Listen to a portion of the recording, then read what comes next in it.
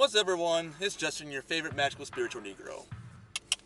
I wanted to go over this with you guys, and it's something that I maybe said in passing, but I haven't really gone in depth, and I won't go in total depth right now. This is more of an introduction to the concept. But believers should really consider the importance of content, especially content beyond the age of, pre-adolescence. And here's the reason why. Is that when you keep shielding your kids from everything that is evil, and rightfully so, it is. A lot of the stuff is actually evil, straight up and down. But when you keep shielding them, and they see something phenomenal on TV, like Spider-Man or the Marvel stuff, and it's like, well, that stuff promotes this, so you're not going to be able to watch that.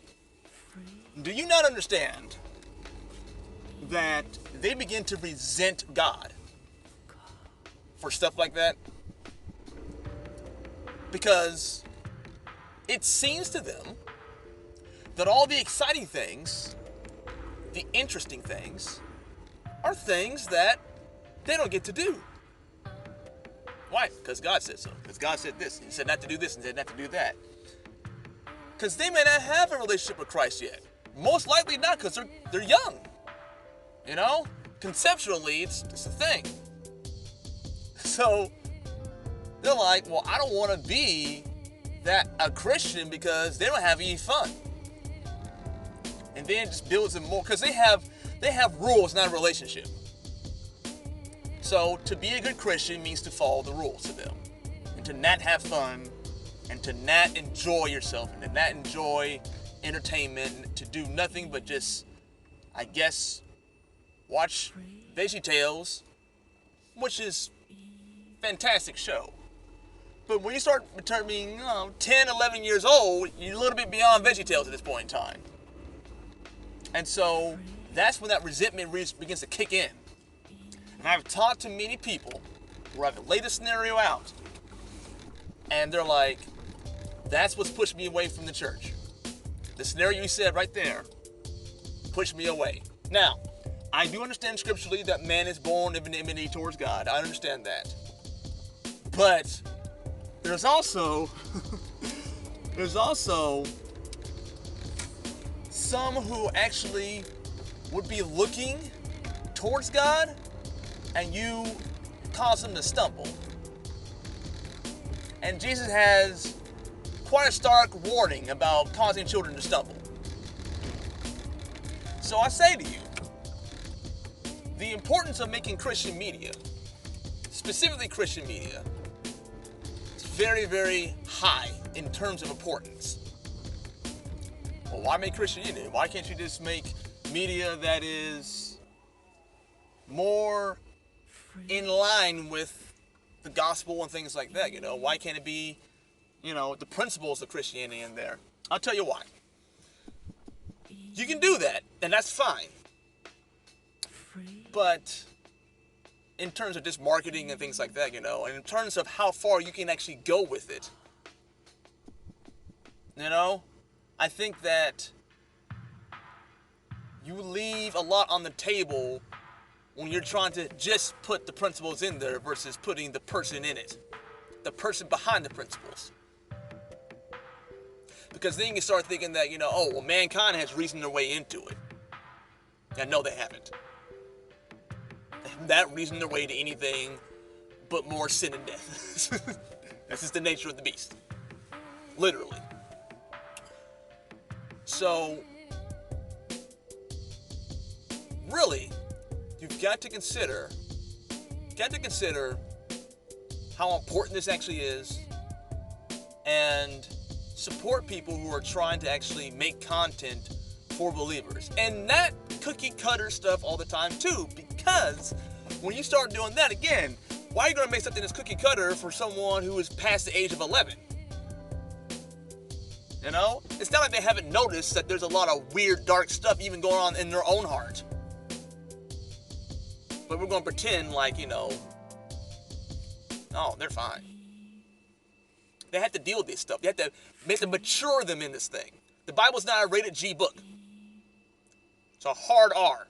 It's more of an NC-17 because of all the eating after birth and things like that type of commentary. So, it is important because in some ways it begins to create apostasy. And when you just sit there and criticize the world for this and criticize Hollywood for that and criticize this and criticize that, again, they're looking at it and saying that looks fantastic though. And what do we got? You know? What do we got past the age of 11? What mature content? And I'm talking about, not talking about mature in terms of sex, drugs, violence, things like that. I'm not talking about badgering the audience. But I am saying to bring reality to what's going on in the same way the Bible does. That's to shy away from those type of things. Deals with them. Because then you start having the God of the football team. And I'm not mad at the God of the football team. But I'm saying that he's so much more than the God of the football team. And this sports story and that sports story, There was like 57 movies when Facing Giants came out. It was amazing. So, I'm encouraging believers and artists to make the thing that God's asking you to make. Yes, it's going to make people mad. Would you rather create something that is going to speak to just one person, just one of those 99 sheep, just one of them, that they may potentially come to Christ and or be on their way? Wouldn't you rather have that than not offending people? Because I hear a lot of people say, use wisdom. And most of the time, you're saying wisdom, but what you really mean is cowardice. You mean approval. You mean not rocking the boat. All things that Jesus never did. He never rocked the boat. Never. And I'm not saying to not use wisdom. I'm saying to discern whether or not you're using wisdom or whether or not you are caving in to fear about what's going to happen to your bottom dollar in terms of your company that you may have to produce this content, in terms of how some people are going to take it, how some people who are steeped in religion are going to take it. I'm not talking about relationship, I'm talking about religion. They don't have a relationship, they have rules. They're not there yet. They were raised a certain kind of way, and so therefore they want to make God about their ego and therefore yell at you for you being obedient to God. Are you caving into those people? God does not give us a spirit of fear. So consider your own heart, examine that, and if you're a content creator, please, by the mercies of God, don't be shy. We need you out here. I need you out here. I want to make platform for believers who are making challenging content, excellent content, content that is going to be spirit-led, but at the same time not cookie cutter and squeaky clean, that deals with something, the hard stuff.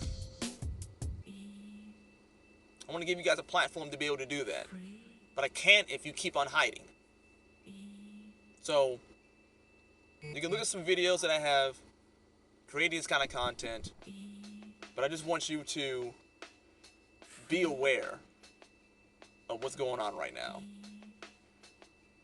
because it ain't right. And if you can just lead that one into a proper direction, Isn't that worth it? All the arrows being launched at you, all the stuff that you got to go through to overcome to make a game or to make a movie or make an animation or to make even just an animated short or a comic or whatever, for God and for the purposes of uplifting the kingdom and edifying the body or whatever, because we need the edification. Because you see my last video, most believers don't like themselves. Most people don't like themselves. And believers fit into that also. Because they think they have to sit there and beat themselves down in order to make God great. What? So, I want you guys to be encouraged that you're not crazy. God is asking you to do something controversial. Be led by the Spirit, pray about it, meditate it, talk it over with other believers. Not churchgoers, believers. Make sure what you're hearing is anchored in Scripture. There's a lot of parables that Jesus told that was very controversial. I'm just saying, get into the depths of the Word, get into the depths of what God is trying to tell you to do, and create the parable. It can be done in so many different ways now. Pull them to Him. At the end of the day, that's all that matters. So, y'all be blessed, stay encouraged, and I love y'all very much. And I'll talk more about this in terms of making this Christian content. I know some of y'all are cringing at that because there's a lot of cringe Christian content out there. I'm not asking you to make that. I'm asking the church to grow up and to produce content out of that growth. Again, you want to badger in your audience, but we gotta grow up here. So, y'all stay blessed. I love you all very much. Catch you on the remix later.